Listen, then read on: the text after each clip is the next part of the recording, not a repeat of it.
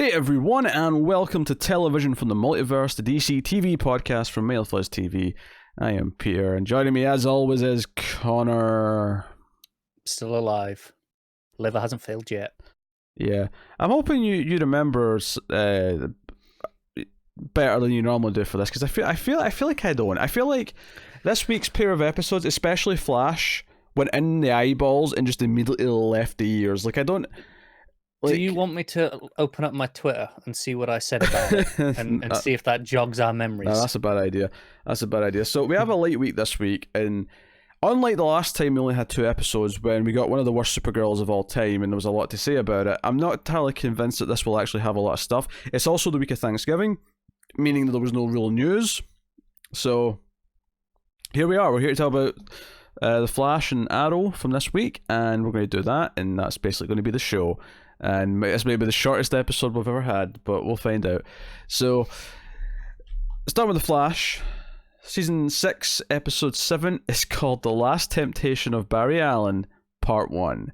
That's right, Part 1. Have they ever done a Part 1 and 2, and in terms of actually naming it, Part 1 and 2 before?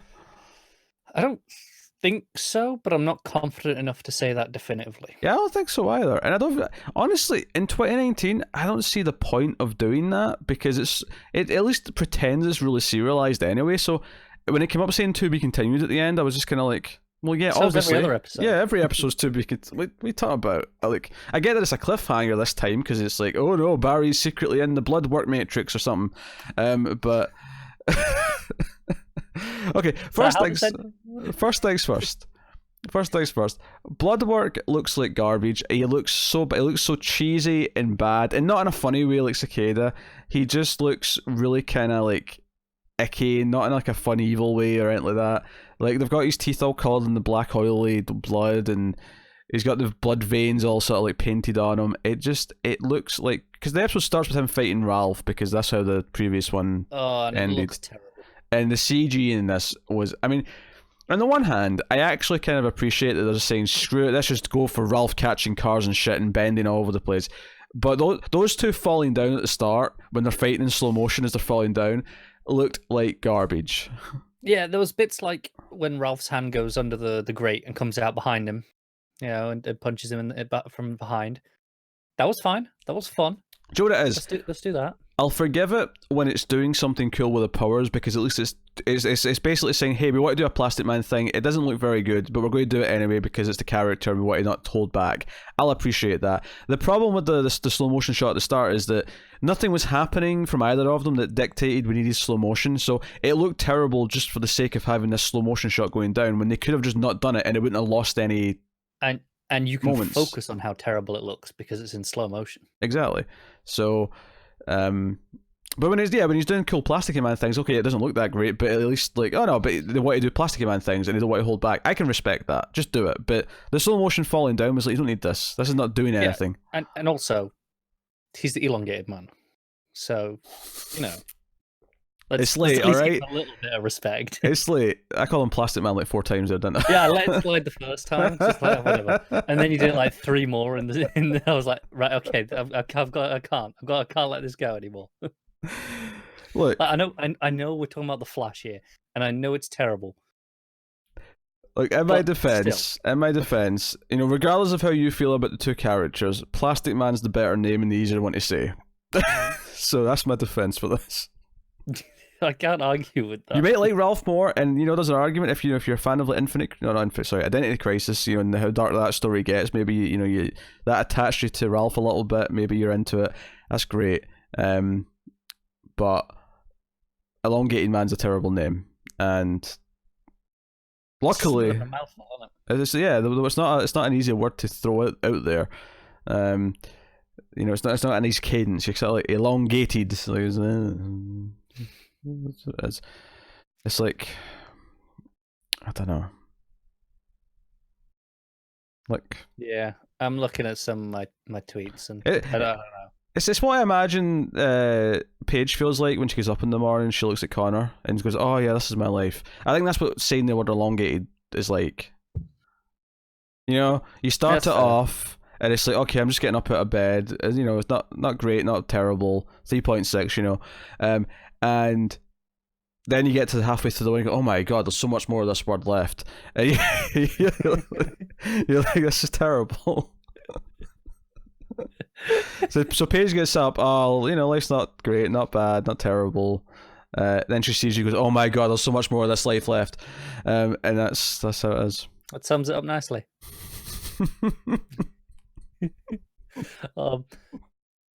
So I'm looking at my tweets to jog my memory. Yes. One of them jogs my memory. I just put, they're talking about the streak. I was like, Jesus Christ, why are we talking about the streak? Well, that was a separate subplot. We'll get to that. Let's stick with Barry first. Well, I think the one where I was saying homemade lasagna, everyone, this episode has it all, is to do with that. Yeah, so basically, blood work infects Ralph with some of his blood cells, and because Barry, in an attempt to save Ralph, who's like, flatlining on the hospital table, and the Frost lets Caitlin back out, and I try to deal with the situation. It's like, oh, we need to inject him, but his skin's rubber, we can't do this. So Barry says, but I can phase him, right? And then he can inject him that way. And he's like, okay, but because he phases with them, he gets infected with the blood cells. See, no, this is what I don't understand. Mm-hmm. So it's his blood that he's donating in, because speed healing can be blood transfused, apparently. Yeah, which is bullshit on its own. Let's not gloss over that. Yeah. But this is the thing. Maybe I need to rewatch it, but Barry doesn't phase into him. He phases the needle.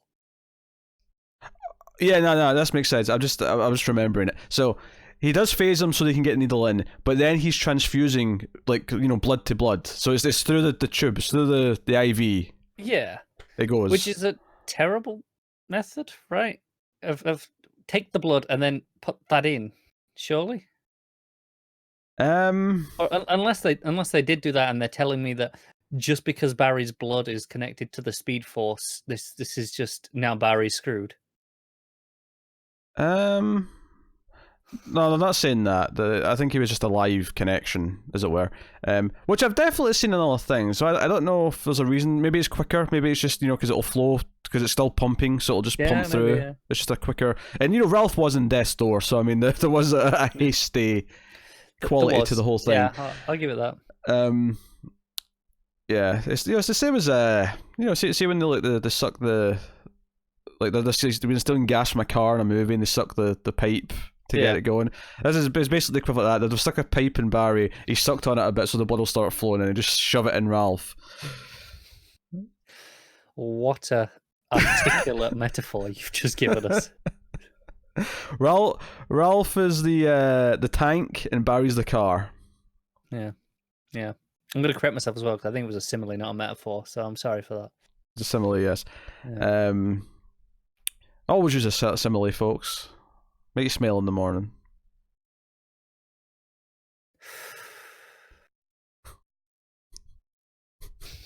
I can't deal with you. Smileys make the simile. Simile make the smileys. There's a pun in here somewhere. I've not quite found it yet, but it's in here somewhere. Yeah, I resorted to tweeting a flash fact during this episode. Oh, did you? Yes, it was, this terrible show is better with pie, and then included a picture of the pie I was having. That's how much I dislike this episode. Oh, the episode was garbage. I mean, that's if that wasn't clear, terrible, right? If that wasn't clear at this point, let me make it clear right now. This episode was garbage. And let's not forget, we have a part goddamn 2 to get through. Well, because the whole thing's a fake out. You think Barry kind of stayed, because basically what happens is there's like one first nightmare where what's his name? Ramsey, there you go. Ramsey shows up.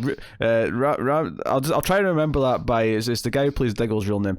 Ramsey.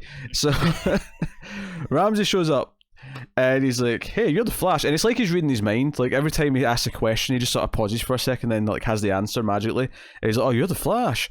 Oh, there's a crisis coming. Oh, this is fascinating stuff here." And which, by the way, first problem with this episode, before we even get to how stupid all this is and how ill-equipped the writers are to do the spirit walk in his mind kind of episode where it's all a dream and he's sort of like fighting with himself to like come out as Barry Allen again. It's like this show strength. because many episodes have done this. You know, the hit television show Buffy the Vampire Slayer did this right before episode 100. Buffy was in a catatonic state and she had to come out, and it was a whole thing. Maybe that one doesn't apply to this. Maybe it's more Restless I'm thinking of. But regardless, the point is that most TV shows that deal with either superpowers or supernatural or something inevitably have an episode where one of the main characters has the in their head episode where they're having to fight their way out. Now technically this show already did that once when we ended the whole Thinker plot with that weird Inception Nest knockoff like finale, and I don't understand why that we didn't we? Yeah. I completely forgot about that bullshit. I don't understand why they did that with the Thinker, but that's what we ended up doing. That was so like out of nowhere. It was a whole thing. So, but we're doing it again now because Crisis said so. Yeah. So, and there's a few nightmare scenarios where Barry, you know, it comes in and it's like Thanksgiving dinner. Well, it's not actually Thanksgiving; it's like lasagna they're eating. But like because it was Thanksgiving like day when I watched this, so it was on my mind. Yeah. To be fair, like Candace Patton was tweeting with like images of her eating the lasagna, going "Happy Thanksgiving, everyone." So I think they were treating it as like the Thanksgiving episode as much as they can. Yeah, so they're all eating food. Cecile's oddly not there. I thought that was a bit... Barry doesn't think of her as family, apparently. Everyone else is there, but not her. It's a bit shady of him, isn't it? But, you know, they're eating, and then they start eating. There's like all the blood's there, this dark blood, and they're sort of like, you know, eating all that up. It's this nightmare family thing. But ultimately, Ramsey, I had to think about it there. Ramsey basically says to Barry, hey, with your blood and, you know, my science and powers and whatnot, I can cure everything. I'm going to cure every little thing ever. And he gives him this whole example of how he can save someone. This, you know, it's like a flash scene where he shows up as an accident or a villain or whatever, and there's a girl, like someone hit by a car or something, doesn't it? Yeah, girl's lying there dying, and Ramsey like sort of proves, or at least shows him the idea of how this will work, that he can save everyone. And, you know, it's like Barry for a second is like, oh, you can save everyone, even from Crisis? Oh, even from that? Mm. Do you know what the worst part of this is? This is the second... what episode is this? 7? 8? 7? 7. Right. We are 7 episodes into the season, and this is the second bullshit, hey, this'll just stop the antimatter. Because we had the whole thing that they were trying to steal before, whatever that was, with Nash. Oh, yeah.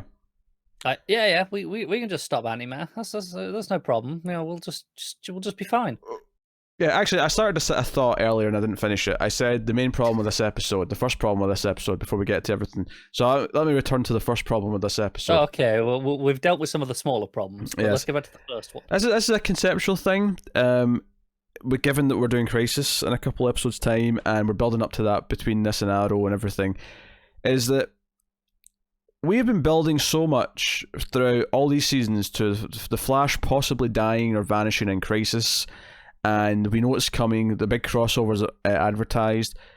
There is zero threat or weight to anything happening in this episode because there is no way, shape, in hell that we take the Flash out of the picture right before Crisis happens. And, like, don't get me wrong, you can say that about every TV show for most episodes, right? They're not going to kill off the main character or take the main characters out of commission, right? It's only special occasions when that kind of happens in one way or another. But it's especially kind of in our face because we know Crisis is about to hit. So I'm watching this episode and I'm sitting here going, of course none of this is going to happen. Barry's going to be out in time for Crisis because he has to be, and it's 2 episodes away. So do you know why I think this is worse than, you know, we're talking about how every TV show kind of has an element of that. Yeah. Most TV shows aren't there going, hey, come back next, you know, in the middle of their episode, they're going, hey, you know, next week's problem, that's going to be a shit one. I'm going to need to be there for that. They're just kind of, okay, they get through it and the next one's there, right? You know, the next episode happens. The entire season has been about, okay, Crisis is happening. Even if it wasn't being advertised heavily, the entire season has literally just been about, hey, we're going to prepare for that. And we're literally like, what, 2 days from it now at this point in this episode? Yeah, I was actually... see when they said that, Crisis in like 2 days, I'm like, wait, what? Yeah, they skipped some time there. You should be way more like the DEFCON level should be higher right now, but you're all acting so lackadaisical about the whole thing. Yeah, they're all like, we'll just stroll around until it hits randomly in 2 days. Yeah, which I guess leads to the subplot with Iris, where so first of all, Allegra, thank you. She Man, just I'm on fire with these. She casually says to Iris, they investigate something briefly that's going on, but she suspects because she was looking at Iris's laptop or whatever, and like the article that we've seen for all the show is there, but without the text. She's not written it yet. Can't she just copy and paste from the Time Vault? Then you get into a whole Chuck Berry, Johnny Be Good, like who started that thing, time loop. Let's not do that. But my question with this is a weird little nitpick. But later on in the episode, it looked like Iris was typing directly into like the Photoshop or the layout like software she's using, and I'm like, no, you'd write this in like Word first and then put it into the boxes. No, I think proper professionals would. Iris? Like, when they go to that interview. She's like, I'm Iris West with a Citizen. I'm like, of course you're with the Citizen. It's your blog. Like, that's all it is. Yeah, you expect him to go with the Citizen, but enough people don't read newspapers that you just kind of like, okay, that sounds legit. It sounds like a real thing. That cracked me up. She's like, with the Citizen. And he's like, the Citizen's bloody nothing.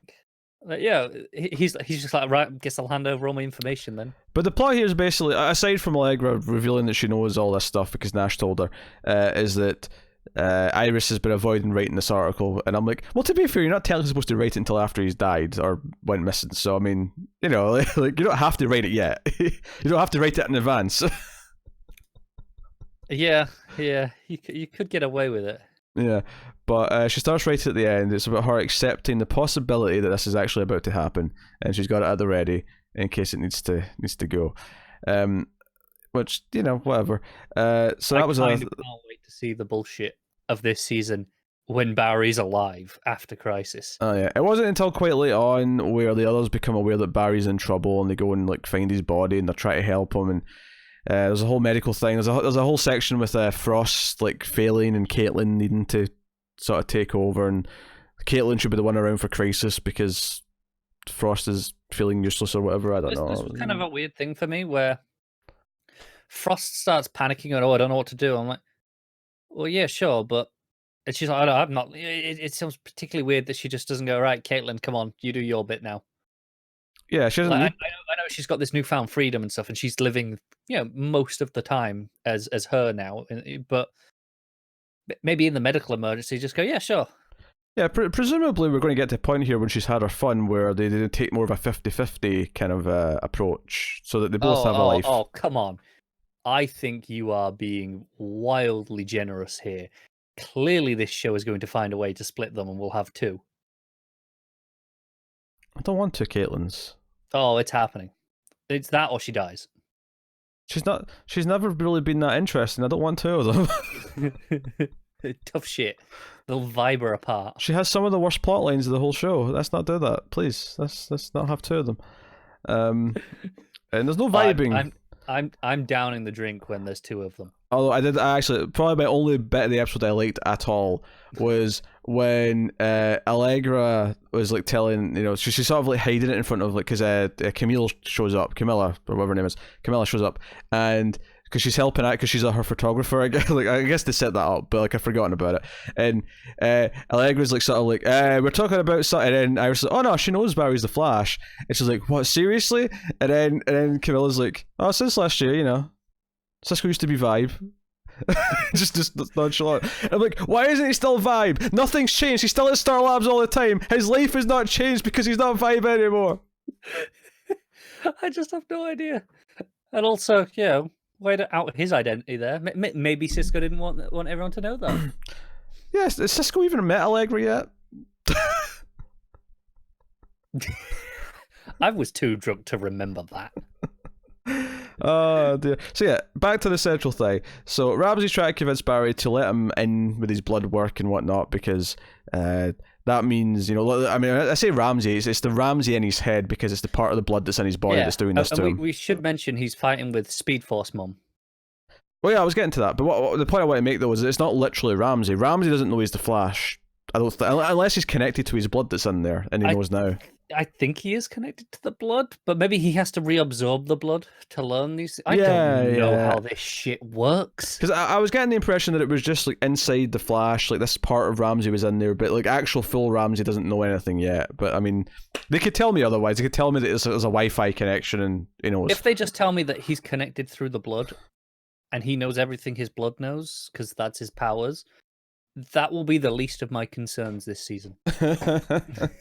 That's pretty low on the priority I mean, list. obviously this isn't going to be happening because it would be the nice thing to happen and make too much sense. But it does kind of feel like this two-parter is going to wrap up blood work, but it's not. He's going to be around after Crisis. He so Yeah, is. remember when we said that about Cicada? Oh, I do remember that. Yeah, but I'm glad that didn't happen because Cicada gave us gold all season. So He did. do you know, I can't believe I'm going to say this. Season 6 is making season 5 look pretty nice in hindsight. Oh man, Season 5 sucked. Cicada truly is your Prometheus. Well, we had that, but we also there was a lot of funny, weird Norris stuff, and then because I mean, there's a scene in this episode where he's going through the lab and it's like a graveyard, all these tombstones of everyone who's died Yeah, I in thought the it was show. weird that Nora didn't really die. She just kind of was wiped from existence because you didn't have her. Yeah, I wonder. I know there's a version of her in Crisis. I don't know if we're going to see her in Flash first or if she's just going to be in that. That's how she's introduced. Just in that, I didn't know there was a version of her in Crisis. Admittedly. Yeah, she was in some of the set photos in a different costume. So I mean, I'm not surprised. There's a version of everyone in Crisis because Crisis said, sure, whatever. I don't know. I'm not expecting Condiment King, which is a damn shame. Oh man, imagine if this is where they introduce Condiment King and Kite Man. Yeah, so basically, yeah, so Ramsey's trying to convince him to give himself to the blood and let him take over. And the Speed Force, represented by Barry's mother, which we've seen before, and I hated it the last time they did this. I hate that the Speed Force has a voice and can talk to him. I hated it the first time they did this, and I hate it now. But she's trying to convince him, no, Barry, you have to remain pure and, you know, not give in and, you know, blah, blah, blah, blah. To the point where when he wakes up and we think, oh, that's him out of it, although it's really just a... you know, it's a fake out because it's like we see like the blood coming at him from one side, we see the Speed Force coming at him from the other side, and it's like, and he's there being pulled, and there's these kind of there's a gunky thing from Bloodwork, and there's light from Speed Force, and then he wakes up, and everyone's like, "Oh, great, it worked, you're back," and he's like, "Yeah, I'm back," and everyone's all happy.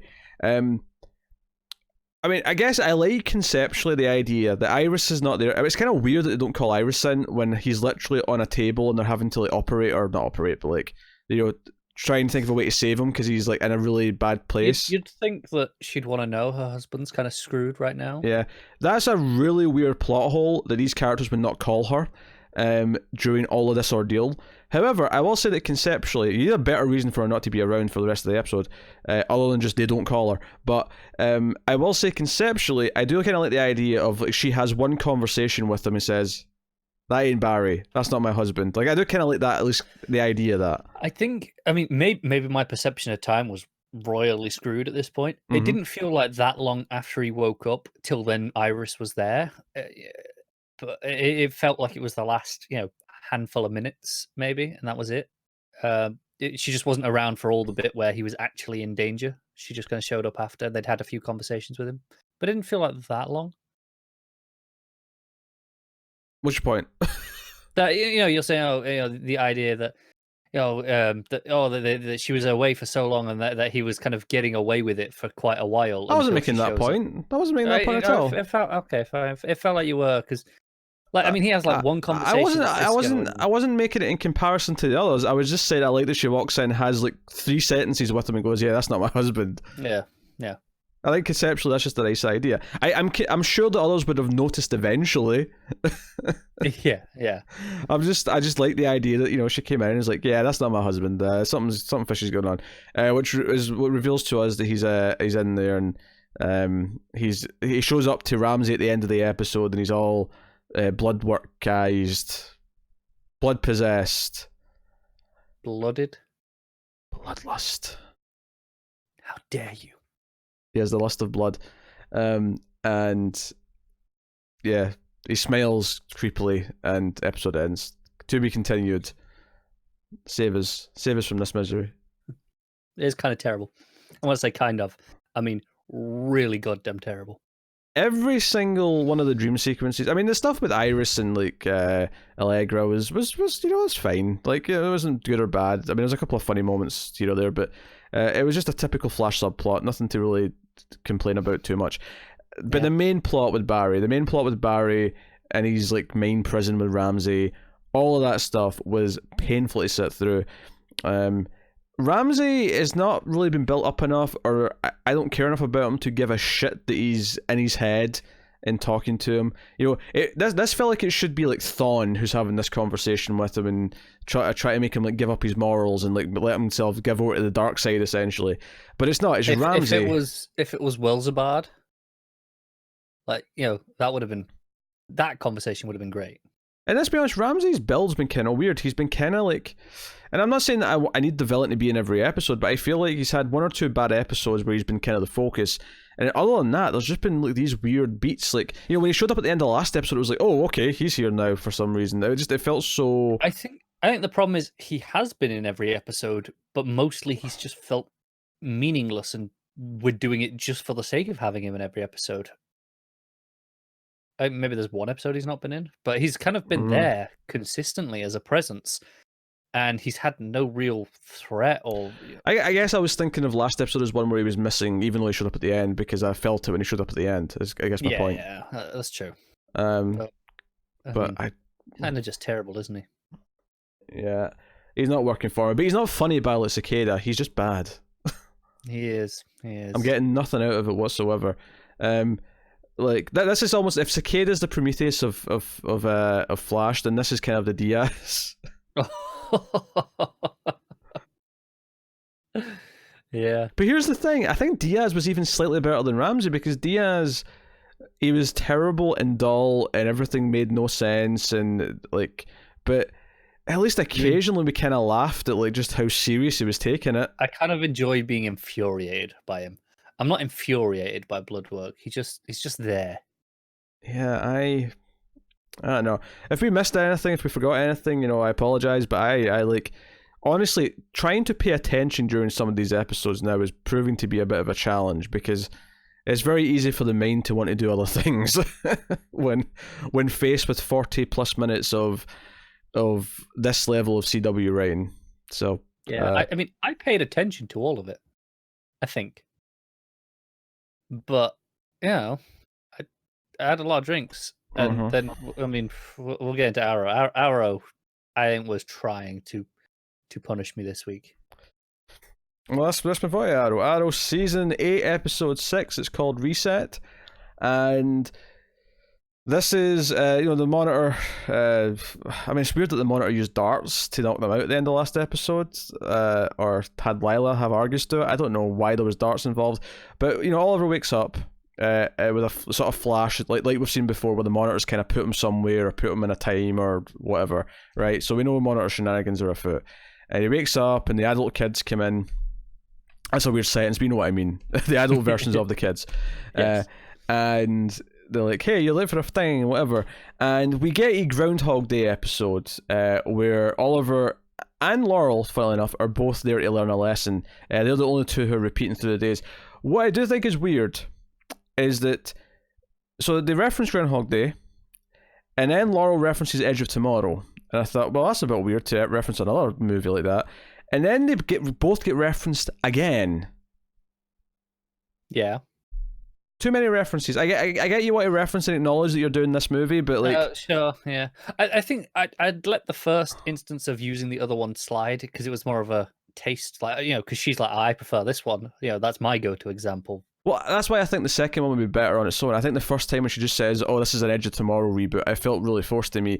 If later on when she's talking to Lance and she's like, because he says, "Oh, we're stuck in the plot of a Bill Murray." No, I was going to say a Tom Cruise movie. I think that feels better. It feels more natural in conversation. But whatever.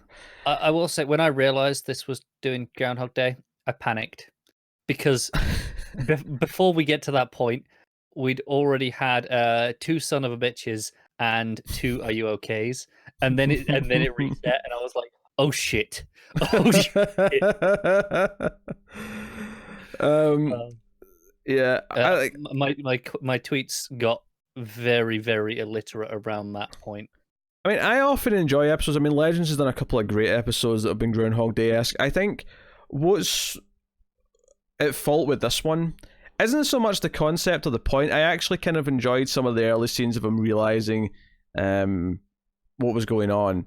Nice to see Lance again. This is a world to wake up where Lance is there, and basically what's happening at the end of each day that resets everything is, at first it just feels like it's an explosion at the police station, but then it becomes clear that it's actually the death of Lance. They're being forced to try and save and fail to save Lance every day, which is obviously really tough for them, especially Laurel. It's the whole thing.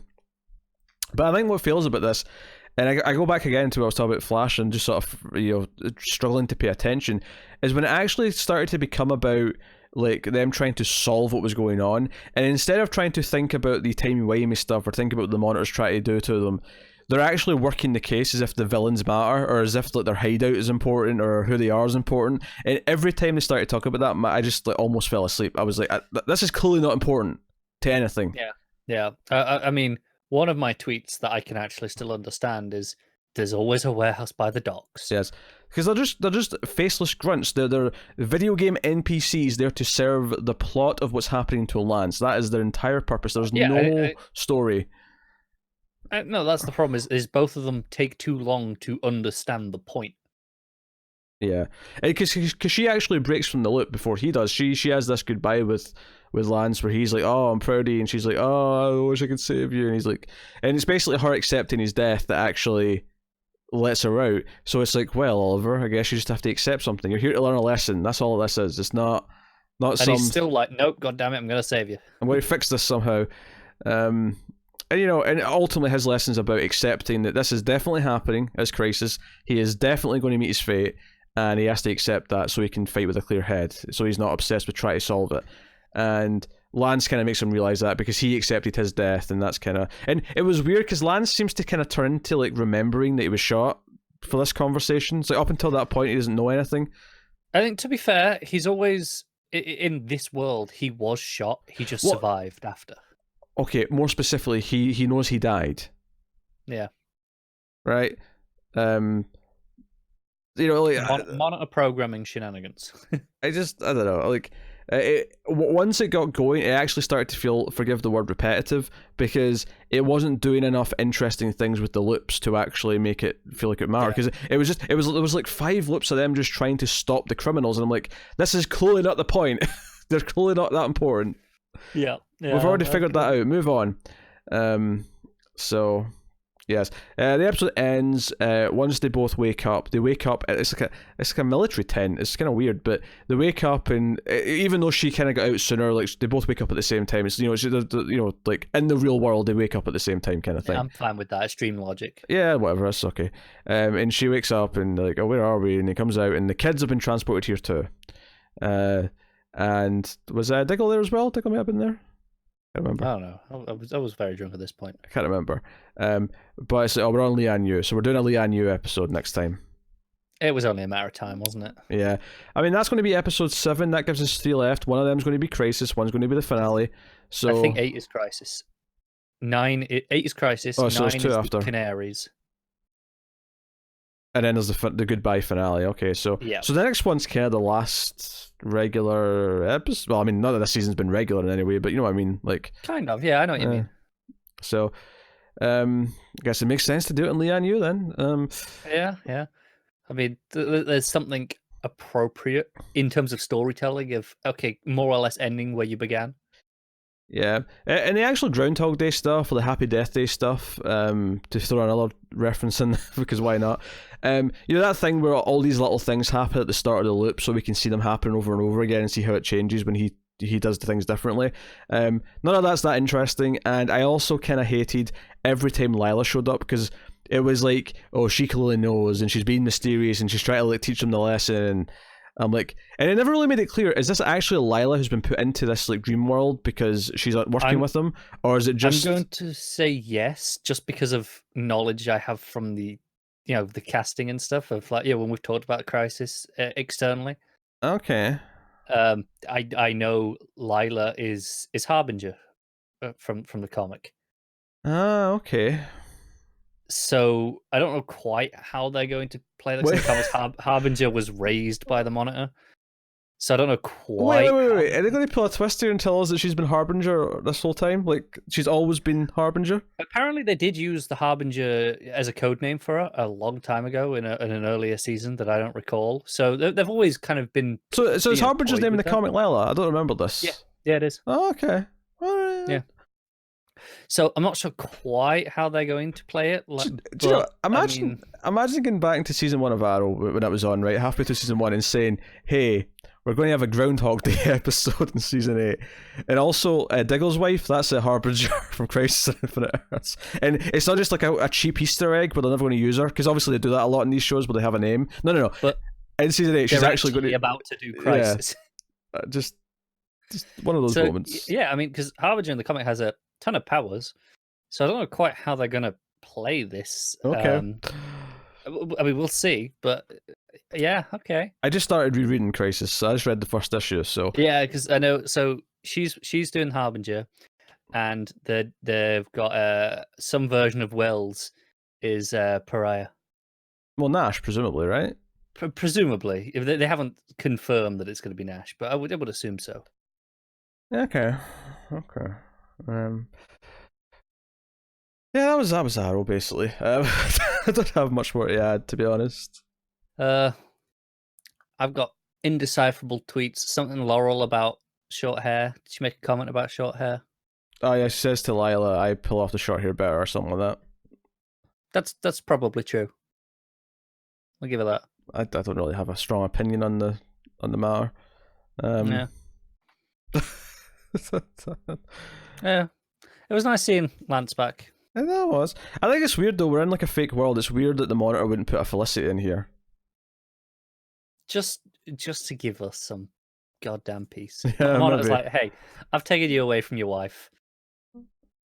I'm gonna give you a break. This is the break you deserve. And obviously she's back for the finale, like we always knew she would be. There was never a doubt in our minds that we would see her again. I'm not even mad about. Like, you know, I'm a little bit irritated that I have to watch another episode with her. Don't get me wrong, but I'm not mad about it because it would probably feel weird if she wasn't. Yeah, it has been kind of nicer not being around though for these past 6-7 episodes. Yeah, do you know, just a tangential thing here. I started rewatching Mr. Robot this past week. Mm-hmm. Do you know who I'd forgotten? Who was in that? Oh God, who? Renee. He plays Vera's brother. Oh, did he? Yeah, because it got to the first scene with him, and I was like, "What the hell's he doing here?" Oh, I didn't remember that. Oh my. My. So you got something to look forward to. Oh, good fun. I mean, there was one nice conversation. Well, it was trying to be nice. I don't know if it actually succeeded. Where Lance and Oliver are sort of talking about how Lance eventually accepted him as the Green Arrow, right? And like accepted that he wasn't like a complete dick bag. Because obviously that was a big thing at the start of the show, is that Lance was very anti Green Arrow and very much for catching him. He was anti the Hood. Oh, sorry, anti the Hood. Oh God, don't remind me of these stupid terms. And I had to get put up with a Streak reference this week as well in Flash. Oh, no, that was terrible. Don't ever remind us of the bloody Streak. And I was just like, oh, that was the first name I ever gave him. Like, yeah, well, the reason why it was a rough draft. Do you know what is a serious point though on comparing the two shows right now is, as much as I think this episode is one of the weaker ones of the season, frankly, and it's kind of a bit repetitive and dull, the point of it is a solid point. It's the Monitor going, hey, Oliver, you need to be ready and have accepted this. Kind of feel like Barry could do with one of these things. He could do, because as much as he claims he's accepted to, like, oh yeah, I'm gonna have to die in Crisis, I'm gonna have to sacrifice myself to save everyone. Every single every other episode has been, wait, there's a way I don't have to die. I don't know. It's just like, and it's so annoying because we know Barry's not dying. We know that Oliver is going to die to save him and Supergirl. And it's kind of a shame that Supergirl is not like exploring this a little bit more. But I guess she doesn't have like a newspaper from the future telling her she's going to die, so she doesn't know to care. Yeah. But I mean, we'll see how that goes. Yeah, so and Lance kind of explains like, well, it was my girls. I didn't read their dates, and they seem to both care about you. It was kind of a weird conversation because He's basically saying, yeah, they both loved you. And I'm like, yeah, you banged both your daughters. Like, why this feels like a weird thing to bring up, lads. They both really loved you. Yes, to the point where he was cheating on one of them with the other one. Like, you know, maybe. I don't know. I'd actually forgotten about that. This show. Good time. Good time. What? No. Good times. No. 8 years of misery. What? No. I mean, 6 years of misery. 2 years of toleration. Sure. I bet you wouldn't enjoy the first couple of seasons if you went back and watched them now. Almost certainly not, which is why I'm never going to. I think the sheen of the CW shows has been corroded over the past 8 years. I will quite comfortably just keep my memory of Deathstroke stuff or The Undertaking. I will leave them intact and never ever ruin that. Yeah, I may go back and watch Legends Season 2 onwards. I may go back and watch the crossovers. I feel like a lot of these seasons of the shows I'll probably never watch again, because why would I do that to myself? Yeah, maybe a handful of episodes from this season of Arrow, depending on how they play into Crisis overall. Sure, you have to feel like a good prelude. They might be part of the build to Crisis. If you're doing that. Yeah, 5-episode crossover. It was only 3 last year. We got a 5-episode crossover this time. Hopefully they can pull this off. They actually spoke a little bit how. So obviously, it's 3 before Christmas and then 2 after. Mm-hmm. I think it was just this week they were speaking that no, they always knew that was how it was going to air. It was written with a break in mind. There is even it seems like a time jump between the parts. Oh my! This is so their Infinity War and Endgame. They're so doing like something where they all lose at the end of episode 3. Probably time jump. Come on. Yeah. Well, I don't know. I mean, I say time jump. It'll be the roughly real time jump of like 2 months. Probably only be 1 month actually, with the way they were airing. There'll be a cliffhanger. Yeah, there'll be a cliffhanger at the end of 3, and we'll come back in January. But I mean, I appreciate that at least it won't just feel like where's the rest of it. It will have an ending of sorts that it will feel like okay, there is a reason that we're taking a break, because that will separate it from the previous crossovers quite dramatically. See if they do kind of lose and have to come back to win in round 2. I will kind of laugh because it's very Infinity War and Endgame. If they do that. Yeah, we'll see. But on the upside, though, it does mean that maybe they've done something smart here, much like Infinity War and Endgame, where all the clips from the little like teasers and TV spots have all been from the first 3 episodes, because they're keeping those last 2 very hush-hush. Now, admittedly, the downside is that they're probably going to blow their load in the month before they air, but... Oh, I'm not watching any of those. Yeah. Because I agree, you'll get to like, maybe the 3rd, 4th of January, and they'll start, and that's it. They'll be coming now, and I'm just not watching them. I can almost see them doing something cheeky, like the ad get the voice saying, "Come back for the Crisis on Infinite Earths Endgame." Like, yeah, sneaky bastards. No, as much as we're saying, oh yeah, they'll show everything. I feel like they haven't actually showed that much. We had a lot of set photos and press release things, but in terms of actual footage and trailer, there's not been that much for this. No. As I saw one, it was like just them saying, "Oh, maybe we can't save everyone, but we can't save the planet, but we can still save everyone," which sounds like they're going to evacuate one of the Earths. Does indeed, doesn't it? Which is kind of insane.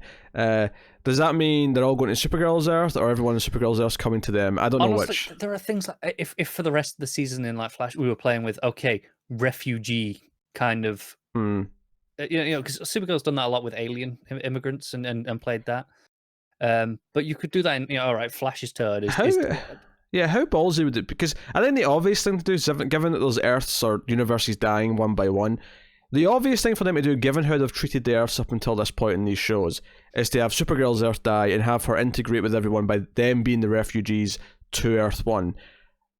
It would actually be kind of more interesting and ballsy for Earth 1 to be the one that dies, and everyone moves to Earth 38.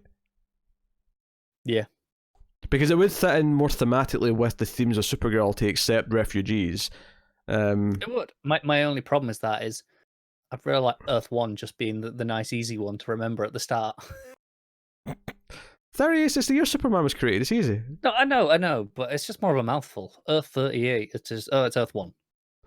It takes away that kind of pretense of like really important one because we're number one, like, you know. Yeah, they will be if Supergirl's Earth is destroyed. I mean, true, but still. Oh dear. So that's our thoughts on the shows. Actually, just a brief aside here. I didn't put this kind of news segment at the start because it's not news in the same way, but we should probably mention the Melissa Benoist stuff from this week. You know, I mean, I didn't really want to start with it. I didn't want to bring down the tone of the show by getting serious, but she had a post on Instagram this week with a video. It was about 15 minutes long, I think. Yeah, something like that. She talked about how she's a survivor of domestic abuse, and she didn't outright say who it was, but the details she did give, most people have kind of said like, it's almost like impossible for it to be anyone other than her ex-husband. Yes. So I don't really have anything meaningful to say outside of it's awful. I'm glad she's okay now. Hopefully Chris Wood's a better person than. I mean, you know, he seems to be, by all accounts, right? I mean, you know, if you are a victim of anything like that, do seek help. That kind of thing. The only thing it means for this show is that every so often I like to brag that I said they had no chemistry in season 1 when he showed up. I don't feel as comfortable cracking that joke anymore. Because she was probably terrified of him. She was probably terrified of him, and that's why there was a lack of chemistry. I mean, I still think she has no chemistry with Chris Wood, admittedly, but I mean... Yeah, but I think that is something we should make clear, is whenever we say, oh, she's got no chemistry with him either, we're not insinuating that he does terrible things. No, not at all. Not at all. I'm sure he's lovely. But I won't be cracking that joke anymore because it's kind of murky now because he was... Kind of poor taste, yeah. Yeah. But... In a way, where the show moving to the CW and having to move to Canada probably really helped her out. It probably did, yeah. It was an excuse to go away, yeah. Yeah. Yeah. So, yeah. So that's had a bit of news this week, but she felt the need to speak out and so other people can feel strong enough to come forward or get the help they need. So that's very brave in its own right. Quite violent stories as well, obviously, but in particular, like the one with the I think it was an iPhone. Yeah, hitting her eye and hitting her eye, which because there was a story. She told a version of that story years ago on one of the chat shows. I don't know which one. But talking about how she's really clumsy and she had this thing where she where she hit herself with a phone, like on the stairs or something, and it's it's clearly the same story. But that was just she turned it into like this thing on a chat show before, which is kind of quite sad. Yeah, she had an actual injury and so I think she had to kind of explain it to not the public but like there had to be like a story because she was injured and out of commission for a little bit. No, I think it properly affected her vision, didn't it? Yeah. So yeah, but that's the episode. We actually did get to almost 50 minutes, so I guess we found something to ramble about, despite the fact the episodes didn't have a whole lot of meat in the bones. We're back to a full slate next week, and then the week after that, it is time for Crisis, which we will be doing as soon as we possibly can. Yeah, we're hoping to record that on the Wednesday, the day after the third one airs, and go from there. That's the plan anyway. I mean, there was the brief inkling of trying to do like at one per day as each part was airing, but the reason why I think I'm against doing that is because by the time we'd get the review of part 1 up, it would probably be around or after part 2 airs, so it'd already feel like old news. So I think at that point it's probably just best to wait until the 3 of them are out and do our episode talking about all 3. Yeah, that's my logic anyway. But yeah, so let us know what you thought of this week's episodes in the comments. Like and subscribe, ding the bell on YouTube, get the notifications. You can of course get us on Twitter at mail_fuzz for channel updates. You can get us at DC Comics Podcast for DC Comics stuff specifically. You can support us a number of different ways. You can do it for free by rating the podcast over on Apple Podcasts. You can give us 5 stars. More people will find us that way. Obviously commenting, any type of social media sharing, spreading us out there. like the fun-loving virus that we are. That helps us out. You can do it financially, of course, on Patreon, patreon.com/MailFuzzTV. You can become one of our patrons for as little as $1 per month, and you get some bonuses for your troubles, and you get voting rights at the higher tiers. But for the most part, I mean, that's how we're funded. We're completely taken care of by our audience, and that keeps all the content coming. So please do go and have a look and see if you're interested. But that is us. It'd be weird not to mention Comics from the Multiverse, or DC Comics podcast, to sort of differentiate it from this one, where we talk about the comics every week. That always comes out on a Sunday with both of us plus Matt. So go and check out that. So somehow he slinking his way out of doing the TV version, claiming he has no time to actually keep up with them. Honestly, he's a smart man for that choice, but this is where we are. Do you know what annoys me about that in this regard? Mm-hmm. He's watched more episodes of the shitty part of Flash and Supergirl than he has the good stuff of Legends. Yeah, he has watched season 2 of Legends though, so he's on board now. He's on board with Legends being good. He understands. He's on board. He's watching Watchmen right now, which he's liking, which is good because it's very good. I'm sure it is. I'll get to it at some point. There's me and Tara have been reviewing that. If you want Watchmen reviews, you get them on YouTube or on the almost cancelled audio feed. You can get them on either of those. But yeah, that is us. Thank you once again for watching or listening. We always appreciate it. Keep watching TV, guys. Actually, that's the wrong outro. That's not the outro. That's the TV almost cancelled outro. He's flubbed it. Keep watching superhero TV shows, guys, and remember that sometimes we screw things up for the better.